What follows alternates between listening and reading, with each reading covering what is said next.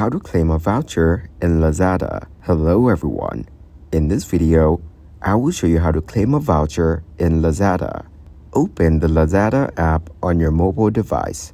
Tap on Account from the bottom right corner of the screen. Select Vouchers and Discounts from the menu options. Browse through the available vouchers and offers displayed. Tap on Collect for each voucher you want to use.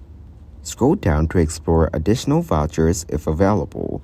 Go back to the main screen and choose a product you wish to purchase. Select your preferred color or variant and click on Add to Cart. Proceed to checkout by clicking on the shopping cart icon. Choose your payment method and proceed to the payment screen. Enter the voucher code in the designated field or select the voucher you collected earlier. Finally, place your order to enjoy the discounted price using the voucher. Thank you guys for watching this video.